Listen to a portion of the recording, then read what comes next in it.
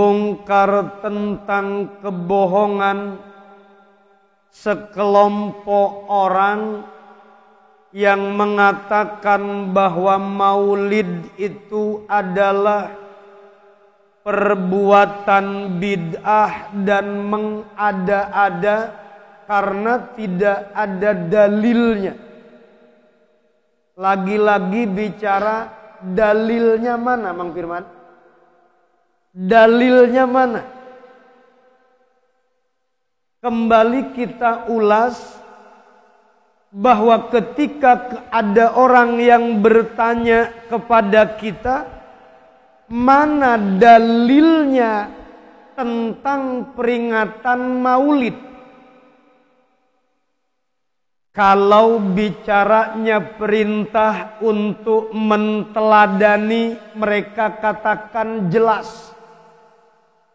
Dan bicara tentang menteladani Nabi, itu memang diperintahkan oleh Allah di dalam surat Al-Ahzab surat 33 ayatnya ayat 20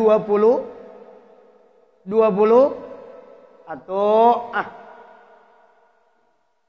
di dalam surat Al-Ahzab ayat 21 Allah berfirman, laqad kana lakum fi rasulillahi uswatun hasanah liman kana yarjullaha wal yaumal akhira wa dzakarallaha katsira.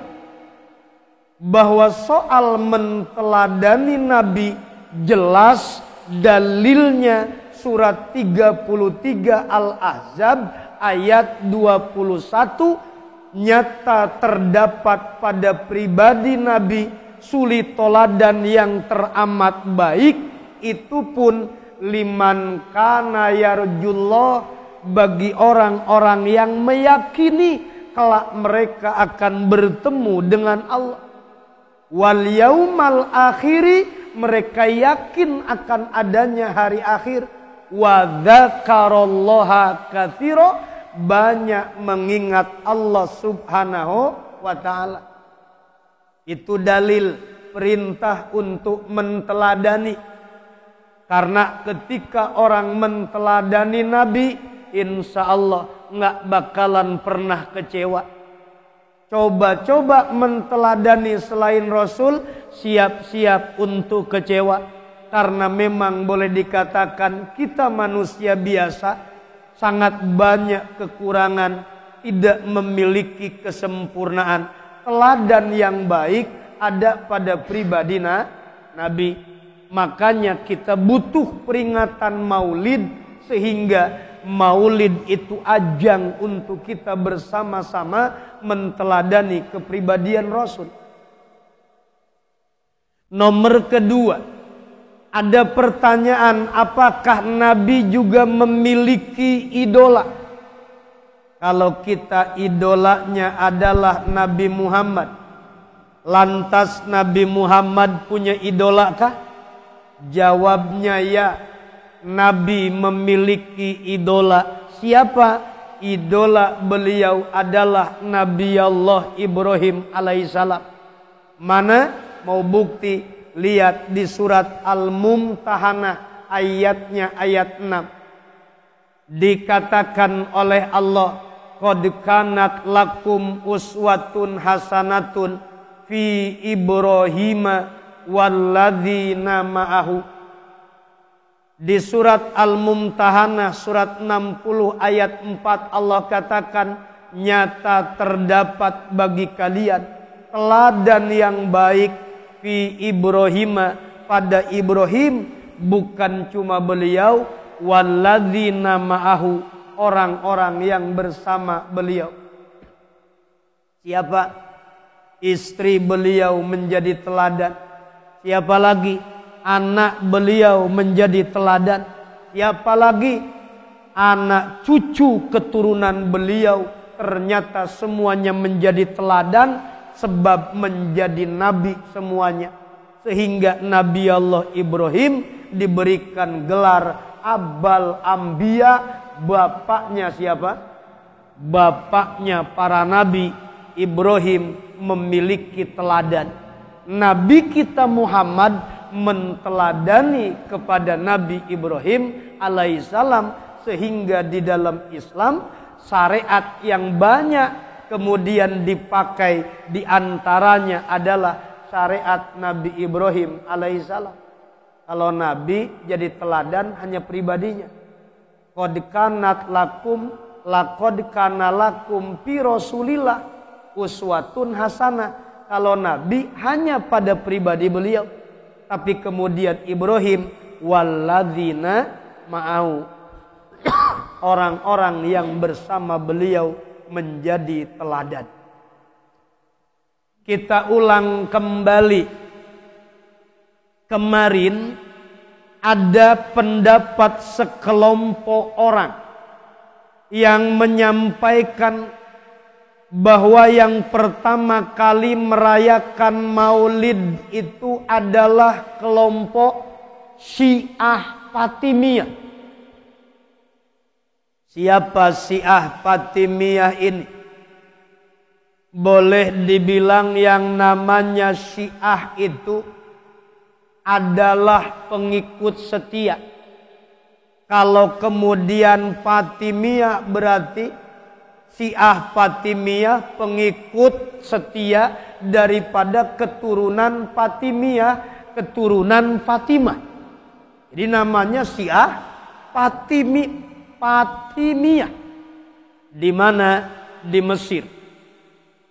Apakah benar Maulid itu pertama kali dilakukan oleh kelompok yang bernama Syiah Fatimiyah di Mesir?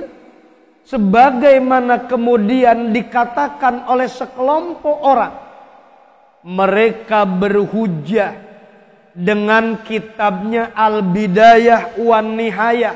Tahu Bidayah wan Nihayah? Karangan daripada Ibnu Katsir, Muhammad Abdul Fida alias pengarang tafsir Ibnu Katsir punya kitab namanya Al-Bidayah wan Nihayah. Dikatakan di dalam kitab itu bahwasanya di Mesir ada kelompok yang pertama-tama kali merayakan Maulid. Dia adalah Syiah Fatimiyah. Rujukannya Bidayah wan Nihayah. Benar tidak pendapat mereka? Jawabannya adalah masih di halaman 23, Bang Firman. Jawabannya adalah pendapat mereka itu tidak benar. Mereka telah melakukan kriminal ilmiah. Ini ada namanya kriminal ilmiah. Kenapa dikatakan kriminal ilmiah? Dia melakukan sebuah pembohongan publik. Pembohongan terhadap apa? Pembohongan atas nama kitab Bidayah wan Nihayah karangan daripada Ibnu Katsir, yang padahal Ibnu Katsir tidak pernah mengatakan bahwasanya yang pertama-tama kali melakukan Maulid adalah Syiah Fatimiyah. Tidak. Tetapi Ibnu Katsir memuji seorang raja pada waktu itu yang melakukan Maulid dengan biaya yang tidak sedikit. Jadi kalau Maulid itu boleh dibilang di zaman dulu tidak ada yang namanya Maulid itu Maulid kecil-kecilan nggak kayak Al-Husna. Mau Maulid kecil-kecilan udah ketahuan. Kayaknya kagak punya modal nih. Maulidnya kecil-kecilan. Di zaman dulu tuh Maulid itu memang bentuknya bentuk rasa syukur. Bentuknya bentuk terima kasih kepada Nabi kita Muhammad yang memang kita layak untuk bersyukur. Makanya alasan-alasan dalil ini yang akan kita sampaikan seharusnya memperkuat kecintaan kita kepada beliau Rasul. Memperkuat kecintaan kita kepada baginda Nabi. Jangan sampai kemudian kita bahas banyak dalil tentang peringatan Maulid, hari Maulid henteu. Kacau ya. Harusnya lebih tambah yakin bahwa yang memang kita sampaikan ini adalah dalil yang menunjukkan betapa Maulid itu bukan sesuatu yang baru. Dari dulu Maulid, bahkan dari zaman Nabi kita Muhammad. Ternyata Nabi kita Muhammad itu memperingati Maulidnya, cuma caranya yang berbeda. Kalau kita kan Maulid boleh dibilang mesti dengan perayaan, mesti dengan peringatan. Nabi itu Maulidnya bersyukur dengan hari kelahirannya, berpuasa. Ketika ditanya Nabi, kenapa engkau puasa Senin ya Rasul? Jawabnya bahwa hari Senin itu adalah yauma wulidtu, hari di mana dilahirkannya aku. Nanti akan kita bahas di tengah. Di dalam kitab Is'adur Rafiq, sarahnya sarah kitab Sulamut Taufik dikatakan, seorang panutan boleh dikatakan tokohnya tokoh sufi, baik dalam ilmu agama dan kemudian sifat waroknya. Siapa dia? Yaitu Al-Imam Abdul Wahab bin Taqiyuddin Ali Abdul Kafi As-Subki, yang biasa dikenal dengan imamnya Imam Imam As-Subki. Pak, tahu siapa Imam As-Subki? Tokoh sufi. As-Subki itu pernah mendapatkan keistimewaan bertemu dengan baginda Rasul. Saking cintanya beliau Imam Subki kepada Nabi. Suatu saat kalau tidak salah Imam Mujahid dia selalu bersama dengan Imam Subki. Imam Mujahid ini dia bermimpi. Di dalam mimpinya kedatangan tamu yaitu baginda Rasulullah. Tuh, lihatin. Orang soleh mah mau ketemu sama Rasul juga mudah dan gampang. Beda kita. Solawat udah 1000 kali belum ketemu juga. Solawat 1000 kali sama Nabi belum ketemu. Tiap malam kita melakukan solawat. Nah apa nih, kayaknya dingin amat ya. Boleh deh. Tadi mah nggak begini nih. Nah. Itu Imam Mujahid. Dia bermimpi bertemu dengan Rasul. Tapi anehnya apa? Anehnya saat Rasulullah berkunjung kepada rumah Imam Mujahid, yang ada malah Rasulullah cipika-cipiki dengan Imam As-Subki.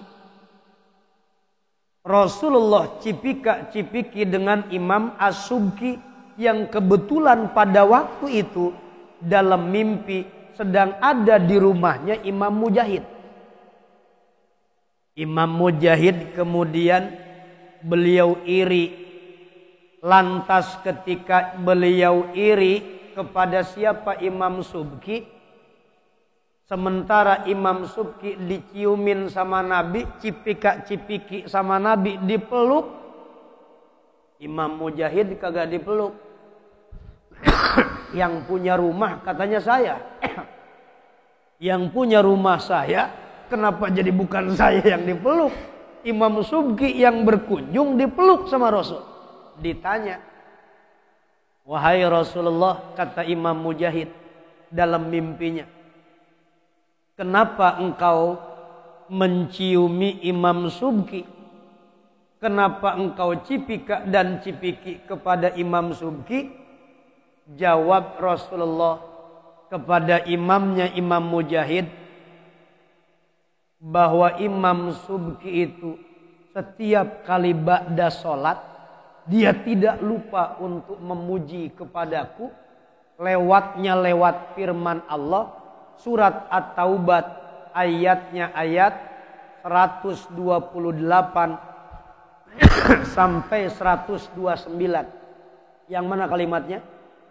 Laqad ja'akum rasulun min anfusikum azizun alaihi ma anittum harisun alaikum bil mu'minina raufur rahim. Fa in tawallaw faqul hasbiyallahu la ilaha illa wa alaihi tawakkaltu wa huwa rabbul arsyil. Ini kata siapa? Kata Nabi. Jadi Imam Subki itu tiap ba'da sholat, sebelum zikir yang lain, dia baca ayat ini dulu. Laqad ja'akum rasulun min anfusikum. Ayat 128 sampai 129. Nah, ini harus jadi amalan. Jadi ayat itu menunjukkan bahwa kita itu cinta kepada Nabi. Coba resapi maknanya. Resapi maknanya oleh kita, bahwa betapa Rasulullah Shallallahu Alaihi Wasallam terdapat di dalam ayat itu sifatan-sifatannya. Kalau kita memuji lewat membaca ayat itu, barangkali insya Allah berkesempatan seperti halnya Imam Asyub, berkesempatan seperti Imam As-Subki, dipeluk sama Rasul, diciumi sama Rasul. Rasul kangen kepada kita, Rasul cinta kepada kita. Bukan ini mah ketika mimpi ketemu jablay lagi. Ketemu mimpi itu nggak ada lain, kuntilanak lagi. Begitu. Kacau nih. Agak batuk-batuk begini. Nah ini seorang ulama sekaligus juga qadi. Beliau lahir tahun 727. Wafat beliau pada tahun berapa? Berapa? 756. Berarti usianya muda banget ya.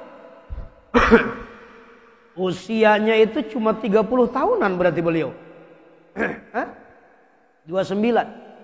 Seorang ulama sekaligus qadi atau hakim di mana? Di daerahnya daerah Damaskus. Kitab karangan beliau itu banyak. Di antaranya adalah Tabaqatus Syafi'iyah Al-Kubro, Al-Wusta As-Sugro, dan kitab-kitab yang lain. Sampai beliau mengatakan bahwasanya dalam pujian-pujian untuk Nabi, beliau mengatakan, sedikit sekali tulisan bertinta emas di kertas perak untuk memuji Nabi, itu dari penulis yang terbaik. Sedikit sekali orang yang mulia berdiri tegak, berbaris ataupun berjongkok di atas kuda ketika mendengar pujian Nabi. Saat mahalul qiyam, tidak ada orang yang mau merendah. Padahal menurut sebagian pendapat, ketika orang sedang mahalul qiyam, sejatinya mereka sedang kedatangan tamu, yaitu baginda Nabi Sallallahu Alaihi Wasallam. Makanya kan terbatas. Maulid itu ada maulid ad-dibai, ada maulid al-berjanji, ada maulid lagi sintuduror, ada lagi maulid apa namanya? Banyak tuh maulid.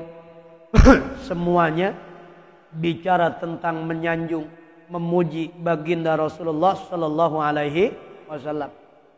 Lalu ketika itu Al-Imam As-Subki rahimahumullah dan orang-orang yang hadir bersamanya bersama berdiri, lalu datanglah unsul kabir. Ketika mereka sedang berdiri menyanjung Rasulullah, mereka sedang berdiri menyanjung baginda Nabi, tiba-tiba apa yang terjadi? Datang anginnya, angin unsul kabir. Apa itu? Anginnya yang bersifat ketenangan dan kesejukan dalam hati. Seolah-olah orang yang membaca maulid, orang-orang yang menyanjung Rasul dalam keadaan berdiri, dalam keadaan duduk, mereka didatangkan oleh Allah ketenangan, angin ketenangan, damai, menyanjung Nabi, mensifati baginda Rasul dengan sifatan-sifatan yang terbaik. Ini bagian dari apa yang memang dilakukan oleh para pendahulu-pendahulu kita di saat mereka ingin menemukan ketenangan, hadirnya di acara maulid. Kita kadang hadir di acara maulid suka tenang gak? Tenang kalau ada lontong. Kalau nggak ada lontong, nggak ada makanan, kayaknya kagak tenang. Harusnya yang namanya maulid memang makan-makan. Karena maulid itu bicaranya adalah membahagiakan Rasul, menyiapkan makan untuk umatnya Muhammad. Berapapun yang kita keluarkan untuk umatnya Muhammad, itu tercatat sebagai sedekah yang nilainya luar biasa. Memberi makan satu umatnya Muhammad sama dengan memberi makan kepada seluruh umatnya Muhammad.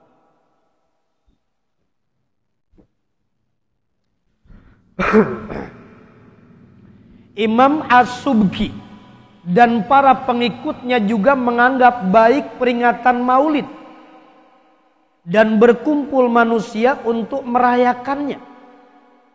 Imam Abu Syamah Syekh Al-Nawawi mengatakan bahwa barang siapa yang melakukan kebaikan seperti halnya baik yang terjadi di zaman kami, yang dilakukan oleh masyarakat umum di hari raya bertepatan dengan hari kelahirannya Nabi, apa coba yang dilakukan? Di antaranya sedekah, berbuat baik, memperhatikan hiasan dan kebahagiaan. Itu kalau bulan maulid datang, Pak, yang namanya gapura depan gang tuh dibikin bingkai, dibikin kelap-kelip, sepanjang jalan kalau bisa dipasang umbul-umbul. Saat peringatan maulid tuh kayak begitu. Bentuk cara untuk membahagiakan umatnya Nabi, bentuk cara untuk benar-benar kita mengagungkan Rasul tuh kayak begitu. Kalau bisa namanya musola selama bulan maulid tuh, musola tuh kelap-kelip aja, Pak. Yang kelap-kelip bukan warung Jablay doang. Jangan-jangan Jablay memperingati maulid. Kagak. Dia memang tiap malam kelap-kelip. Seharusnya ketika di maulid itu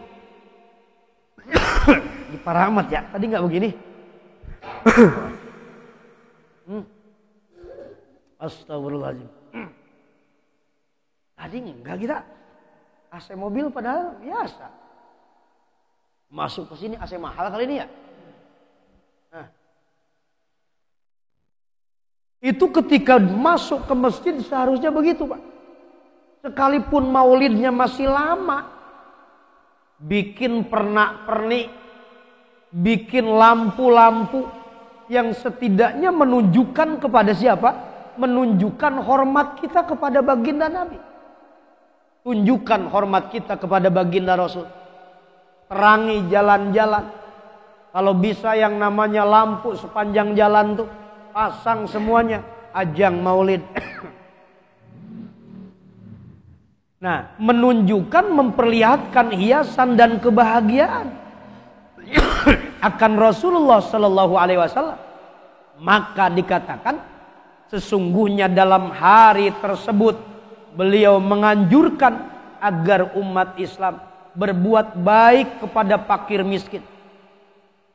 santuni anak-anak yatim, santuni fakir miskin, siarkan kecintaan terhadap baginda Nabi, agungkan beliau Rasul dengan berbagai macam ungkapan dan rasa syukur.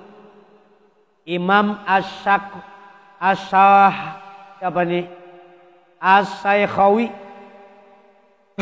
Imam Asy-Syaikhawi itu berpendapat demikian.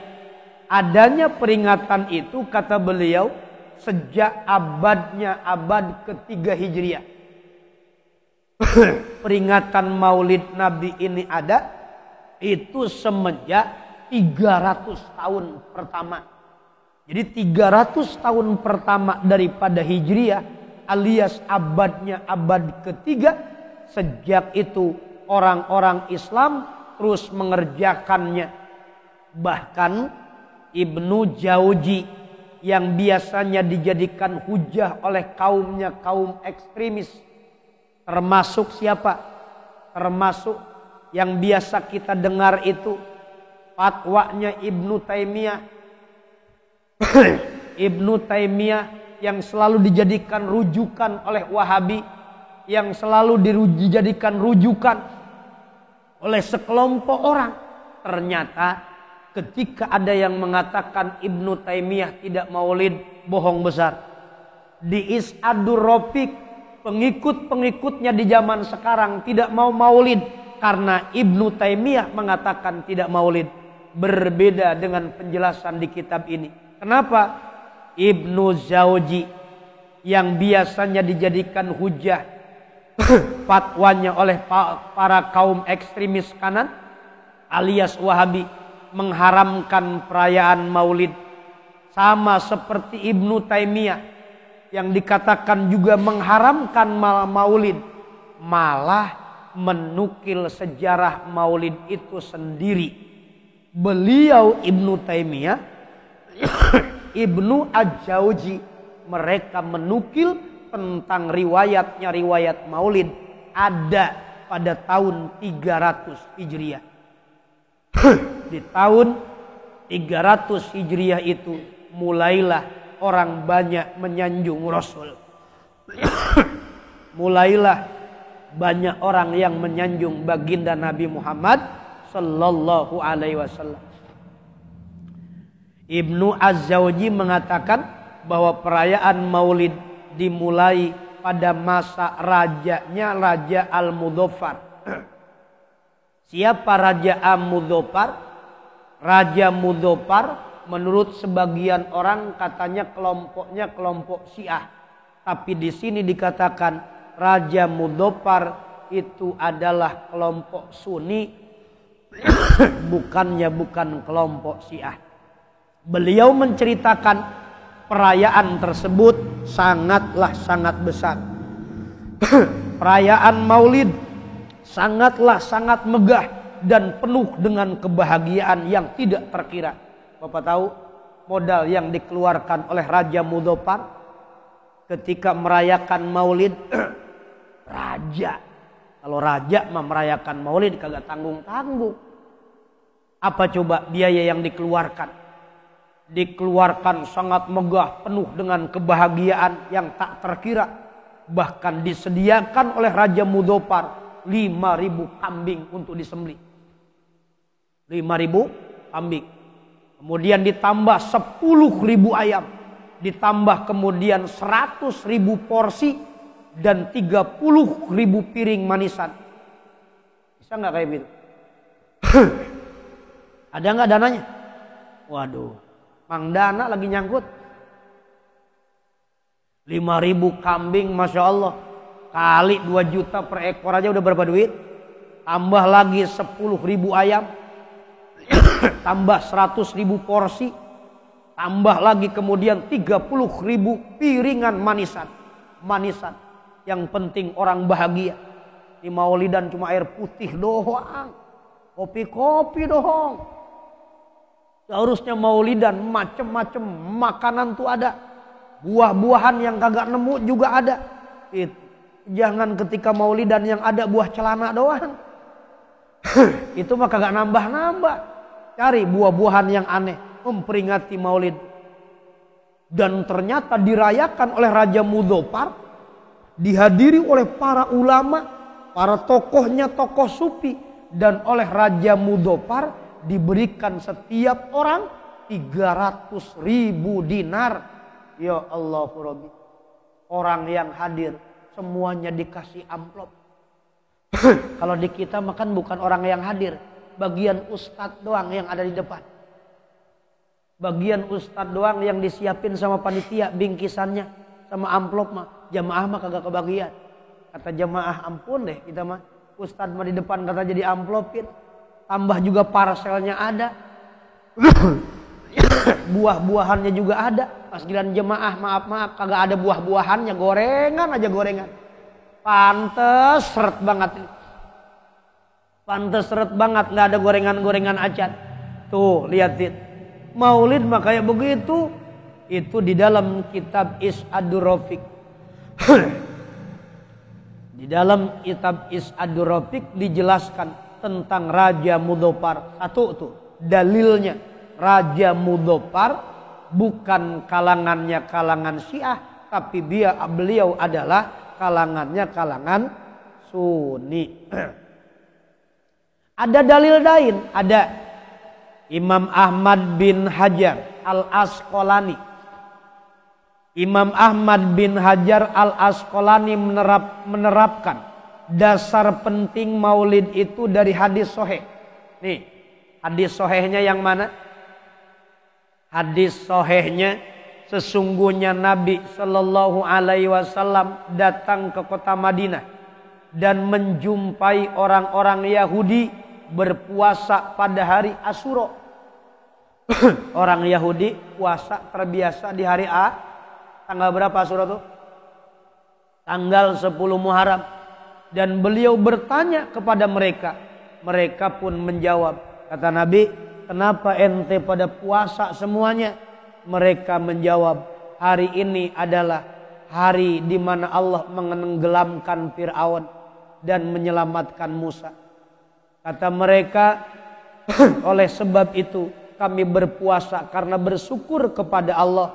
Beliau bersabda, kami lebih berhak memuliakan Nabi Musa daripada kamu semuanya. Lalu beliau menganjurkan berpuasa pada hari ini. Artinya apa? Artinya jika kemudian 10 Muharram itu Nabi Musa alaihissalam diselamatkan oleh Allah. Kemudian umat Islam disuruh untuk berpuasa karena memang tanggal 10 Muharram hari penyelamatan. Maka ketika Yahudi berpuasa, umat Islam jauh lebih layak untuk layak berpuasa. Kalau untuk diselamatkannya saja Nabi Musa sebagai bentuk bersyukur kita berpuasa, apakah kemudian kita nggak mau berpuasa setiap hari Kamis? Berterima kasih setiap hari Kamis, setiap hari Senin berterima kasih kepada Nabi. Apakah kita tidak mau memperingati maulidnya Nabi setiap tanggal 12 Rabiul Awal? Padahal itu jauh lebih agung, jauh lebih mulia daripada diselamatkannya Nabi Musa. Jadi Imam Ibnu Hajar Al-Asqalani berkata tadi, dari hadis di atas diambil pengertian boleh berbuat sesuatu sebagai tanda syukur kepada Allah atas anugerahnya berupa nikmat atau terhindar dari bahaya pada hari tertentu. Syukur kepada Allah itu dapat dimanifestasikan dengan berbagai bentuk ibadah. Mau itu sedekah kah? Mau itu berbagi dengan anak yatim kah? Mau itu peduli jandanya janda Sukabumi, janda Cianjur kalau terjadi gempa. Jadi kemarin kita survei di lapangan. Jadi bukan cuma sekedar butuh pakaiannya pakaian layak pakai. Mereka itu ternyata diantaranya ada yang butuh suami yang masih bisa dipakai.